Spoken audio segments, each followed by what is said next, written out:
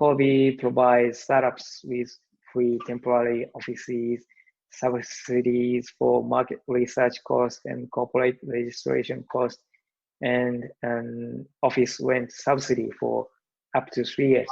People can save time and money and invest them in your life if you choose outside Tokyo. こんにちは、皆さん。ビジネス Success Japan のポッドキャストへようこそ。Hello everyone and welcome to another episode of the Business Success Japan podcast. This is your host, Liddy Buchelman. My main goal here is to create an easily accessible resource for those who want to develop Japan-specific communication skills, especially in business. While I don't promise to make you fluent in Japanese, I hope that you will walk away from each episode with a skill, piece of information, or shift in mindset that will help you be more effective in your interactions with Japanese business people. I hope that you're enjoying the podcast. I just wanted to take a quick second to let you know about today's sponsor, Anchor. Anchor is the easiest way to make a podcast, and it's what I use to host and produce my podcast. It's free. There's creation tools that allow you to record and edit your podcast right from your phone or computer. And it automatically distributes your podcast for you so it can be heard on Spotify, Apple Podcasts, and wherever your listeners find their podcasts. You can also make money from your podcast with no minimum listenership, and it has everything you need all in one place to make your podcast. So if you haven't already, please go ahead and download the free Anchor app or go to anchor.fm to get started. A quick reminder to please rate and review the podcast if you enjoy it. It goes a long way to helping others find the podcast and learn more, and it also helps me to keep going as an independent creator. So thank you so much in advance. Today, I chat with Masanori Nagamine, a Japanese municipal official working to attract global startups, accelerators, incubators, and venture capitalists in IT and life science to Kobe, which is actually one of the most mature ecosystems in Japan. You'll be hearing a lot more about the exciting work he's doing to promote Kobe to entrepreneurs in this episode, so be sure to stick around to learn more. But before we get into the interview, let's take a moment to go over some Japanese. In the previous episode, we learned a phrase that's quite foundational to Japanese culture. お客様は神様です。お客様は神様です。お客様は神様です。That's a mouthful, but it basically translates to the customer is God, which is roughly the equivalent to the English phrase, the customer is always right, that's frequently used in the United States. For a more in-depth breakdown of the phrase and why it's important, be sure to check out the notes in last week's episode. This week, I want to introduce one of my current favorite words in Japanese, 忘年会. ぼうねんかい. 忘年会. This word really just refers to a year-end party, usually in a corporate context. However, if you look at the kanji used in this word, which I've put in the description of this episode, it literally translates to forget the year meeting. So essentially, you get together with your coworkers for a party to not only celebrate as a group, but more importantly, to help you forget all the troubles and stress of the previous year. We discuss this and other related concepts in the episode, so be sure to listen carefully for that. But without any further delay, let's get into today's conversation. So thank you for having me today, Lydia. I'm Masanori Nagamine, the Director of Kobe Trade Information Office located in Seattle. That is a branch office of the city of Kobe, Japan. Seattle and Kobe have been sister cities since 1957, and Kobe opened the branch office in 1961 in Seattle. I worked for the city of Kobe for 18 years at Kobe, and I was transferred to Seattle in 2018. During I worked at Kobe, I experienced many roles like city festivals planning, HR, accounting, running nursery schools, attracting companies in life science to Kobe, and launching a startup support program in life science. I was born and raised in Japan. I live with my wife and two kids. This is the first time for me and my family to live abroad. It's been a difficult year this year, but I think we are enjoying the life here in the US. Yeah, I'm glad that you've been able to make the most of being here, even though it's been pretty difficult this year. Yeah, So you kind of moved from a different position into what you do now. yeah, Do you like what you do now most? Like, is it more exciting to you to be involved in yeah, the startup scene? yeah. It's very exciting to work here in the US. The role of our office is attracting US startups to Kobe's startup ecosystem, not to Tokyo.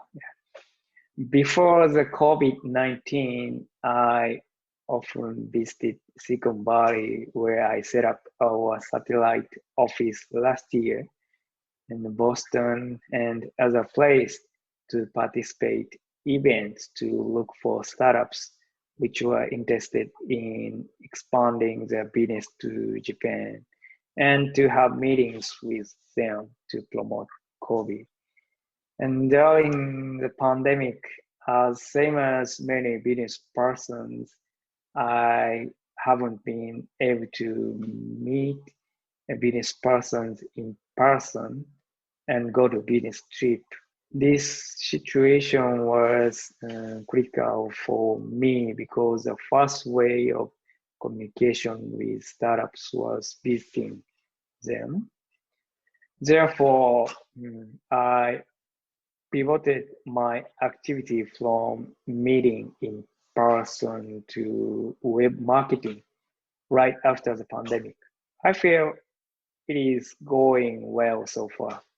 Actually, there are some inquiries from startups about Kobe every month, and I could get a great opportunity of interview by Lydia today from the LinkedIn network. Currently, I'm preparing to publish blog series about starting businesses in Japan and startup visa information. Yeah, definitely. I'm very happy to have you on too because I've wanted to talk to somebody about Mm-hmm. the startup visas because it's very interesting that a few cities all across Japan want to get involved in the startup scene, not just Tokyo, because if you talk to people, it sounds like all of that sort of thing is happening in Tokyo. So it's great to see other cities just really stepping up to try and, it almost sounds like compete with Tokyo to be the startup capital of Japan. So I was really intrigued by it, and I think that my listeners will like learning more about it too. So can you tell us a little bit more about these strategic economic zones in Japan? I guess you mean the National Strategic Special Zones. Mm-hmm. It was established in 2014 as a regulatory reform that provides bold deregulation and tax incentives by limiting regions and fields to enhance international competitiveness of Japan. Currently, 10 areas, including Kobe, have been certified as a national strategic special zone. And let me introduce about startup visa too. I need to explain the business manager visa first. The business manager visa is a working visa for foreigners who are seeking to launch a business in Japan. And in order to obtain the business manager visa, applicants must open an office in Japan and either hire two or more full-time employees who reside in Japan or invest 5 million yen or more when to apply. These requirements were super difficult for entrepreneurs. Therefore, the startup visa has established to help skilled entrepreneurs startup impact business in Japan. The startup visa is a temporary conditional residence permit for entrepreneurs who want to build a company in Japan, but don't have enough time and money to meet the requirements of the business manager visa. So no need to have an office, employees, and 5 million yen investment when to apply to the startup visa. Mm-hmm. And the startup visa allows entrepreneurs stay in Japan for up to 1 year to prepare for obtaining a business manager visa. To qualify for the startup visa, it is necessary to prove that applicants will launch and operate an innovative business in one of the selected municipalities or in national strategic special zones, and have a business plan to meet the business manager visa requirement within a year. And the applicants of the startup visa need to get certification documents from municipal governments you want to launch your business to apply for the visa to immigration bureaus. So please visit our website to learn more detail of the startup visa. Our website is kobistartup.com. I'll be sure to link that up in the description of the episode, but the website is also very easy to navigate. Yeah. And sometimes it helps to compare the different websites. Fukuoka's is also pretty good, but I think Kobe's layout is the easiest to find the information you need. So definitely go check it out if you're not already familiar. And just to clarify, for the manager visa, do you need 2 full-time employees and the $40,000 investment, or just one or the other? Just one. Just one. Okay. 2 employees or 5 million investment. Perfect. Thank you for that clarification. Yep. So you have a year to try to build up to that, which is very helpful. But do you have to have a certain type of company in order to qualify for the startup visa in the first place? There are 2 requirements if startups want to get the certification with Kobe. The applicants need in the industries. One is business that have introduced and use new technologies in the IT, health, medical, welfare, environmental, and logistics fields. And the second one is business that produce high added value and innovation in existing products and services, regardless of industrial field. And these businesses need at least a prototype or a beta version to be eligible for the startup visa. Okay, so it's pretty focused on more technological innovation. Yeah. Okay. Yeah. So can you tell us a little bit more about what sets Kobe apart in particular when it comes to startups? Like, what does the startup ecosystem in Kobe specifically look like? Yeah, I think there are 3 things that make Kobe's startup ecosystem unique. The first is Kobe's ecosystem is open to global. Kobe has become a hotspot for startups since 2016 when Kobe launched a 500 Kobe Accelerator. This accelerator is run by a partnership with 500 startups, which is a global major accelerator located in Silicon Valley. I guess it was the first case in the world that municipal government runs the accelerator with a partnership of a global major accelerator.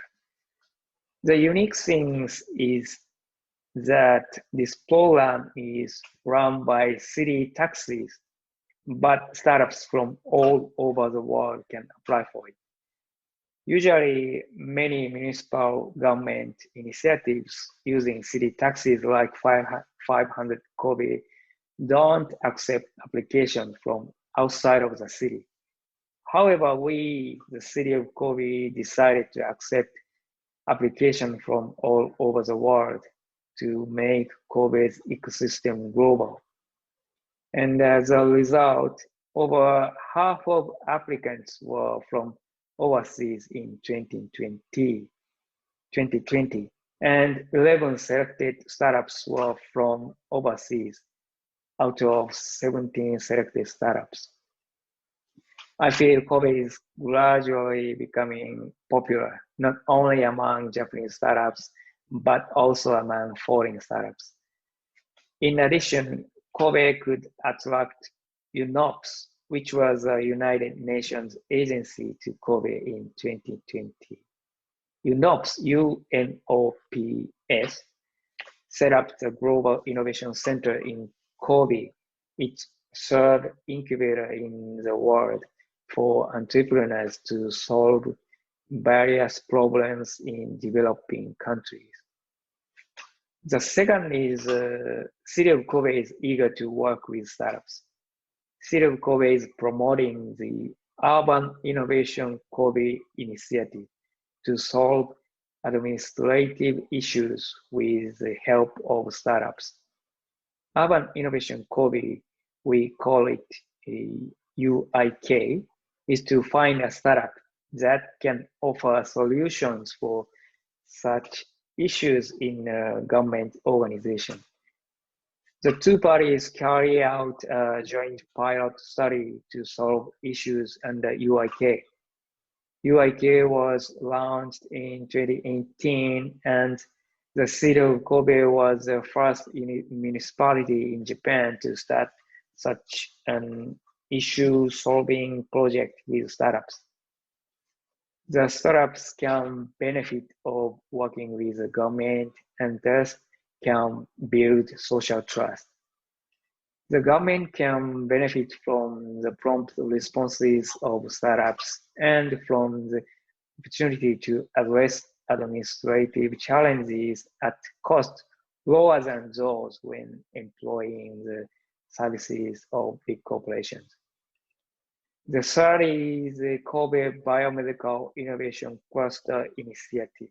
We call it KBIC. KBIC is an economic recovery project from the damage of the earthquake which hit Kobe in 1995 and killed more than 4,500 people in Kobe. The goal of KBIC is to give back to the world that extended great support after the earthquake by creating a life-saving life science innovation from Kobe. There are over 370 companies, research institutes, universities, and hospitals in KBIC area, and world-class level R&D in regenerative medicine, drug discovery, medical devices are being carried out in KBIC. And companies and startups work with those researches to be put to practical use by great business support of experts. I think those are unique points of Kobe startup ecosystem. It definitely sounds like that there's a lot going on in Kobe. But why do you think most people don't know about these types of programs happening outside of Tokyo? Yeah, I think the big challenge is publish information in English. I think it can be said in all over Japan, but it is difficult to find detailed information, everything about Japan. I realized that when I moved to the US. So we are working hard to publish Kobe's information through the web. And you said that over half of the applicants for the Startup 500 in Kobe were from overseas. Were they mostly from Western countries then, Western English-speaking countries? Or do you know off the top of your head kind of what those people looked like in terms of which countries? they were? Yeah, I think the applicants from the continent without Antarctica. Yeah, I realized the applicants are from exactly all over the world. But I think that Asia is the most part of applicants, but almost applicants from South America, North America, Europe, Asia, Africa, Asia, everywhere from the world. Yeah, it's good to hear that it's a little bit more diverse.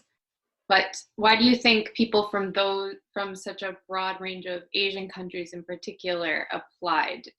Is it that more people from maybe those countries tend to be better at Japanese, whereas maybe Americans just don't have the Japanese skill to be able to figure out how to apply to these sort of things? Or are there other reasons? Yeah, the one reason is this accelerator is run in English. Oh. And the second reason is usually such kind of accelerator need to pay a lot of fee to participate. But our program is free of charge to join. So that's a big reason why we attract many applicants from all over the world. So then why does Kobe work so hard to attract foreign entrepreneurs instead of just focusing on Japanese startups or just focusing on trying to get more Japanese people themselves to become entrepreneurs? Why the focus on foreigners? Yeah, it's a good question. Thinking about the global economy, regions that attract global investments are growing. Regions that have matured startup ecosystem attract foreign startups, and domestic and foreign mega corporations that aim to collaborate with startups. And new startups were born from succeeded startups and mega corporations. And this circulation makes the ecosystem stronger. So we want to make this happen in Kobe too. And this is the reason why we are interested in attracting foreign entrepreneurs. In addition, I think that Japanese startups tend to focus on the Japanese market first. It's natural, but it is often not easy to adjust their products or services to global because they are mostly based on Japanese culture and way of thinking. I would like to stimulate this situation by attracting foreign entrepreneurs whose eye points are global. Okay, that makes a lot of sense. Listening to a different podcast called Disrupting Japan that people should probably look into if they like this episode at all. A lot of Japanese entrepreneurs mention that you can almost get stuck in the Japanese market if you start out in the Japanese market. Do you see that happening at all? And is that kind of why you think it might be harder for Japanese entrepreneurs to become more global? Is that something that you notice? Yeah, I know one unicorn startups born in Japan, and their business was very successful, and they try to expand their business to the US, but it looks like going well, but compared with their success in Japan, it seems like slow expanding their business in the US. So have you ever heard about the word Galapagos island in the Pacific? And the islands are protected by the sea. So nobody and nothing come to the island. So the island grew up their original ecosystem. So Japan is called Galapagos. It's a services as product that's going well in Japan, but it's only work in the Japan, Galapagos, Japan. So that is happening in Japan. So then, in your opinion, why do you think foreigners who want to start a startup in Japan or expand their operations to Japan should think about these cities outside of Tokyo? Yeah, I think there are two reasons: a business cost and work-life balance. I think that Tokyo is the best choice if entrepreneurs and companies don't need to worry about money. As you may know, Tokyo is a global area and there is almost everything you need to do your business. On the other hand, it means Tokyo is an area that costs a lot. For example, the cost of office rent in Tokyo is more than 3 times higher than that of Kobe. Even Kobe is the seventh largest city. In addition, some areas outside of Tokyo, including Kobe, provides many business supports with startups. For example, Kobe provides startups with free temporary offices, subsidies for market research costs and corporate registration costs, and an office rent subsidy for up to 3 years. And more, because of the COVID-19, working remotely is getting easier. Startups can connect with Tokyo by remotely if it is necessary.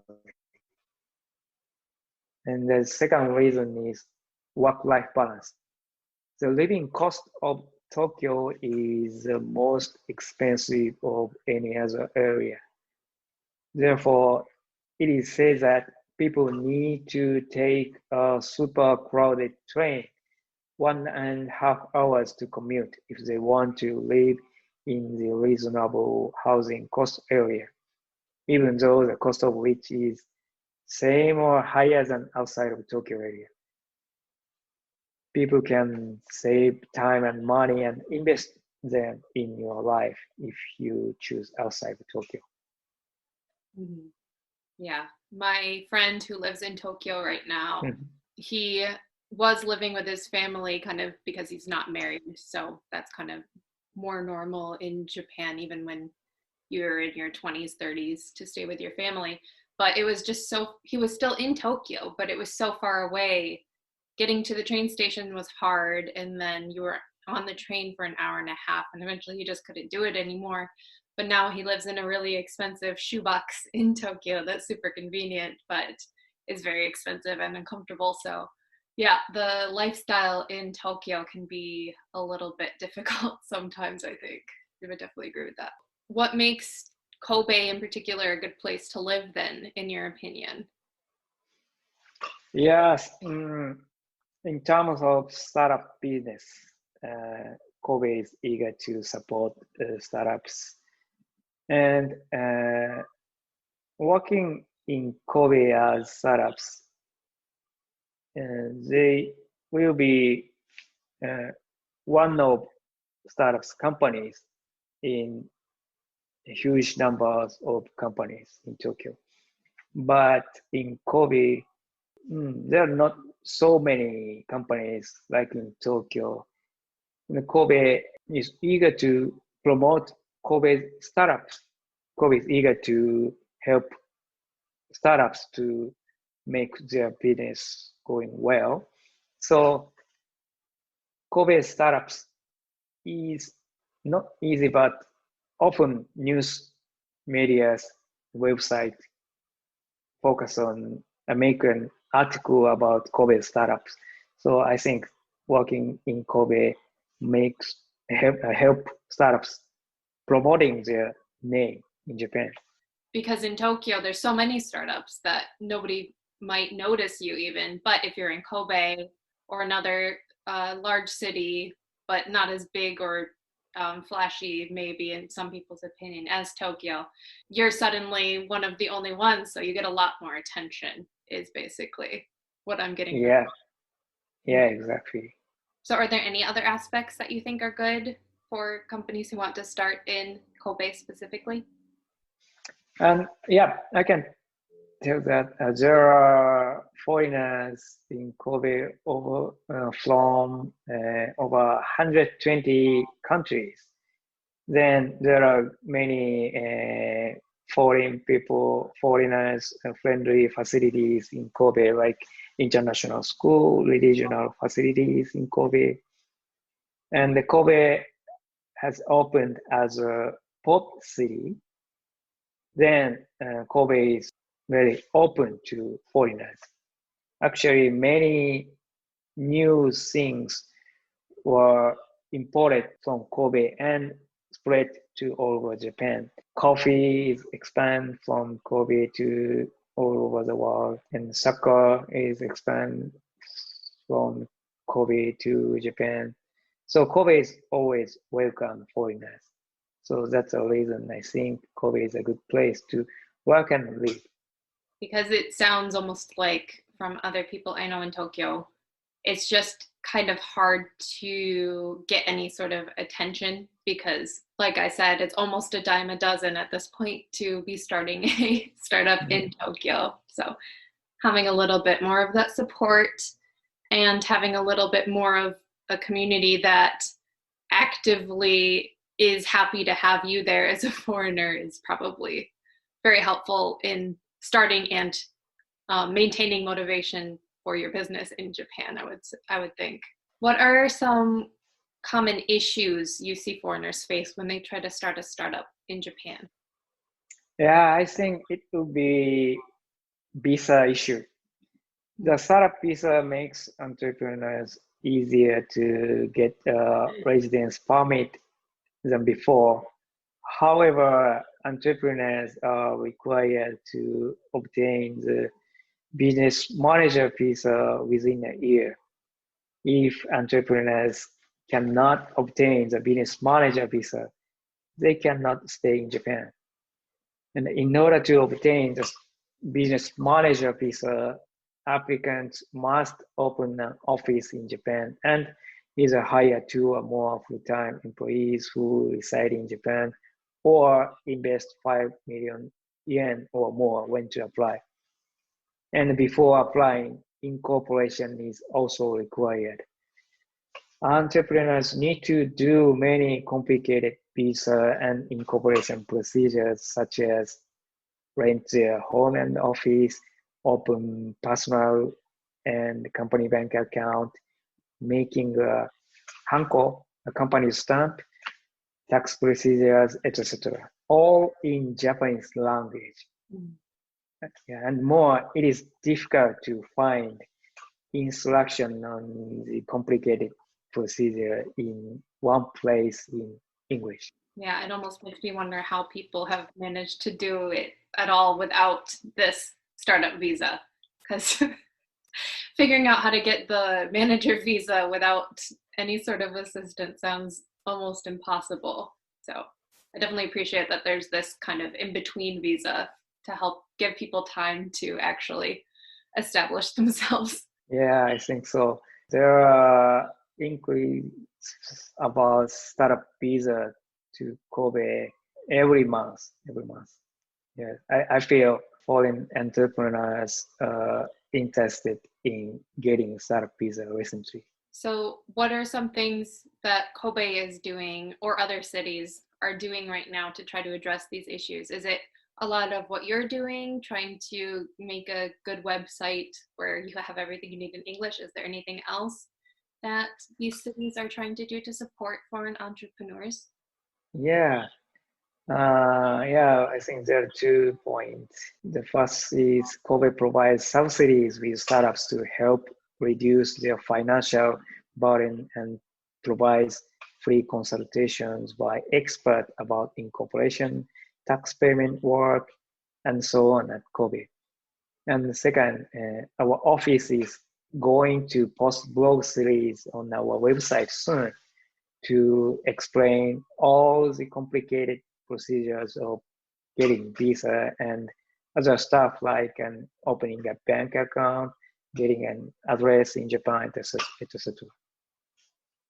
I think that'll be very helpful. So I'm glad to hear that cities are going out of their way to make sure that all of this is available.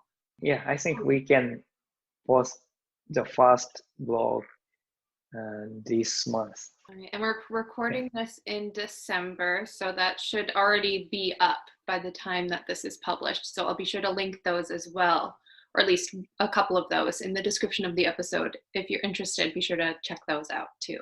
Do you have any personal examples of a communication breakdown that you think was due to culture? Yeah, I should tell something interesting example, but I can't come up with an example. I experienced communication breakdowns when I communicate in email between Japanese, but this is not due to cultural differences, just due to a lack of in-person communication. So I can come up with a good example. Yeah, I think it is harder with emails to make sure that everybody's on the same page. It's probably worth, if you're not already familiar with Japanese style emails, it's probably worth doing a little bit of research. Yeah, exactly. Japanese style. There are quite a few rules, so maybe we'll do an episode on that someday too. But if you're not familiar, be sure to check it out before you start sending your own emails to Japanese people. There's a few things you want to be careful of. So then, if you were talking to somebody who is going to Japan for business, maybe working in a company, maybe they want to start their own business, but they could only know one thing about Japan or about the culture ahead of time, what would you tell them? Okay, I think it would be a Nomikai culture. Have you ever heard about the word Nomikai? Yep, it's come up quite a few times. Yeah. Yeah. Nomikai. Yeah, Nomikai is a drinking party and a way of communication among employees, friends, sport teams, and so on. And in terms of workplace Nomikai, there are two types. One is the official Nomikai. I guess almost all companies hold official Nomikai at least once or more in a year. Employees are usually expected to participate in official Nomikai as it is considered a social aspect of work, although it is not expressly required. Nomikai is often held among one department of the workplace at the end of the year as 忘年会 and the beginning of the year as 新年会. And when someone leaving and joining the workplace as 歓送迎会.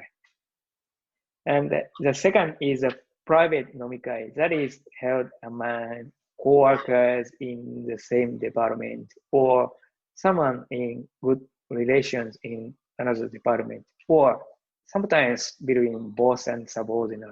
The interesting aspect of nomikai is participants often express their true thoughts and emotions at nomikai. Japanese tend to hide their true feelings and suppress their emotion to avoid friction at their workplace, then feeling stressed with it. However, expressing their true feelings often accepted at nomikai. So nomikai works for reducing the stress of work and keeping a good relationship between employees. And such a communication that nomikai is called nominication. Mm-hmm. Yeah, the combined word of nomi, which means drinking, and communication. So I like to tell the nomikai and nominication culture to someone going to Japan for business, especially those who move to Japan and work for Japanese companies. Yeah, communication is a big one. It'll be interesting to see if the COVID situation does anything or if it'll kind of just go back to how it was before. I guess we'll see, because a lot of that has been completely on hold during COVID, just because bars are about the worst place to be hanging out right now. But I think thatぼうねんかいis probably my favorite Japanese word right now. If you look at it, just like forget the year meeting. And yeah. funny to I think many people need to hold 忘年会 as Zoom Nomikai, Zoom 忘年会. A new word was born in Japan. Okay. Zoom Nomikai. Nomika. Yeah, using Zoom or. Well, I think that's a great thing for people to be aware of. Does nomication, nomikai, things like that have anything to do with the startup culture too, or is it not as strong in the startup ecosystem, or how does that look? Nomication. I'm sure if nomikai culture is also be in the startups, but Japanese like nomication. So nomication is a good part of ecosystem, I guess. A long time ago, one of my first interviews was with Minae-san, and she talked about how, I think it's because of the rise of issues with sexual harassment and things like that, some companies are trying to move away from nomikai and using nomication to karaoke-cation. So that might be something else to look out for too. But I don't know if you've encountered that so much yet. She's mostly working in Tokyo, so. Yeah, but I had young people don't like to join nomication, because in 1990s, in many nomikai, people need to drink a lot of alcohol, even they don't want to drink. That's a way of nomikai, and the young ages don't want to do that in nomikai, and young people don't want to go to drink with the coworker. So the culture of nomikai and nomication is changing recently. So it's still important, but we'll see how it changes in the future as well. Yeah. So is there anything else that we didn't talk about yet that you would like to share, or anything that comes to mind as important you want to talk about? I think I could talk everything, but I think you can see my background. This watching the video. This is an event called Infiorata Kobe Kitanozaka, which is held every spring in downtown Kobe. And you can see pictures on the road. These pictures are painted by tulip petals. And this event started in 2002, and I was in charge of the first Infiorata Kobe Kitanozaka. So it is held usually Golden Week of Japan. Do you know Golden Week? It's the 1 week holidays from at the end of April to May. So if your listener have a chance to visit Kobe around Golden Week, I hope they will visit this Infiorata Kobe Kitanozaka. Yeah. Yeah, well, it looks beautiful. I hope that more people can learn about it. I feel there's just so much going on during Golden Week. It's probably hard to about planning a vacation, but yeah, hopefully people can get involved in that this coming year, like pandemic. Yeah. But we'll see what happens. I'm looking forward to it. It's cool that you got to be involved in the first one and that it's continued on. Yeah, anything else before we log off for today? I don't think so. I could talk everything I want to talk. Perfect. Yeah. Well, I'll be sure to link all of the things that you mentioned, including the future blog series. So definitely check all of this out if startups sound at all interesting to you, especially if you're a little bit hesitant thinking about Tokyo in particular. There's a lot of other options available, so be sure to just do some research, and you can probably reach out to Masanori if you have any questions. And of course, you can email me if you have any questions as well, but Masanori will probably be a lot more helpful. So Yeah, thank you very much. And I think I hope this interview help your listeners know more about Japan and Kobe. Me too. Thank you so much for your time. Yeah, thank you very much. Yeah, it was a lot of fun. I hope that you enjoyed today's conversation. And please be sure to check out the links in the description of this episode to learn more about Masanori and all of the exciting startup initiatives going on in Kobe and other national strategic zones in Japan. If you enjoyed today's episode, please go ahead and share it with a friend, colleague, or connection on LinkedIn to help spread the messages and information shared in this podcast. And please remember to go ahead and subscribe and leave a rating and review if you enjoyed the podcast.